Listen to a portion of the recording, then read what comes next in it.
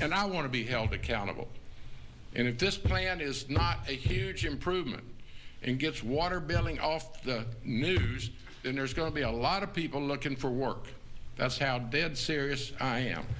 Just short of 100 days in office, and Mayor John Whitmire is attacking our city's water billing debacle with a comprehensive remedy, which includes replacement of, get this, 125,000 broken usage sensors by January, 4 years ahead of schedule.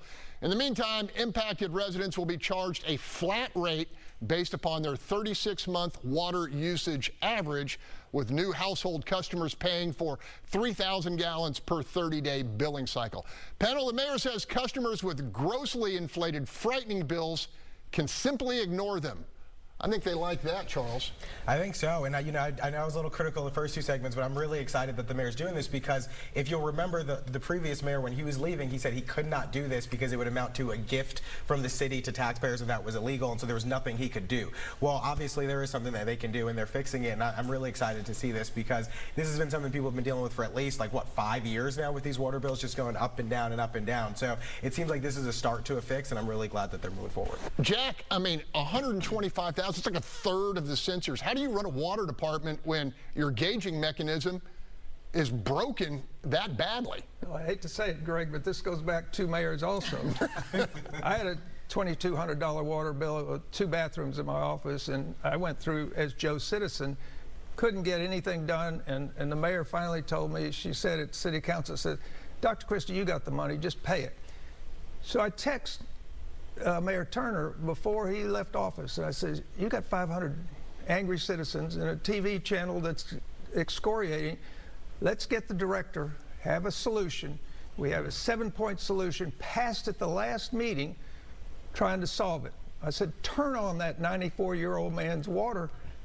You've shut it off for 3 years, and the man is on his own. I said, behind the scenes, we were trying to fix it before. Mayor Whitmire's drawing a line in the sand, and he's serious about it, and it's going to work. Chow?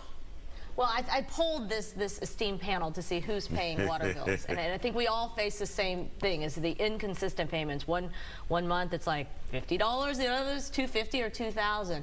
I think citizens are just fed up to know. You know, we all budget, right? That we have a budget, and we don't know how to budget when we have big ass bills. So let's fix it once and for all. Look, I've talked to families, and look, a working class family gets a $1,000 bill. Paul, I mean, you know, that throws a wrench in everything. You can't sleep. Right. That actually happened to us. So we had a $1,000 bill, and I thought, I've never had a bill this high. And I called the city, you know, and they said, oh, you need to fill out this form, filled out the form. And they said, now, we're not going to respond to you for a month. But within a month, you know, within this time window, you have to re-up your complaint. And if you re-up your complaint after 6 months, then we'll come up with a resolution. I thought, well, that's the dumbest thing I've ever heard. And I did it. And at the end of the 6 months, they came back and they said, well, we're going to take your $1,000 bill, we're going to turn it into a $380 bill. You just saved $600. And I thought, that's not how math works, That's you know? not how this works. But they said, if you don't pay, but you can still appeal. And I said, well, can you send me something in writing? They, of course, never did.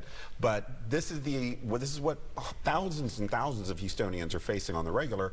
And again, it doesn't work, thanks to Mayor Whitmire. I wonder how much of this is. I want to say something. Oh, go ahead. I'm sorry. This is just one more broken component of a government we paid for. This is true.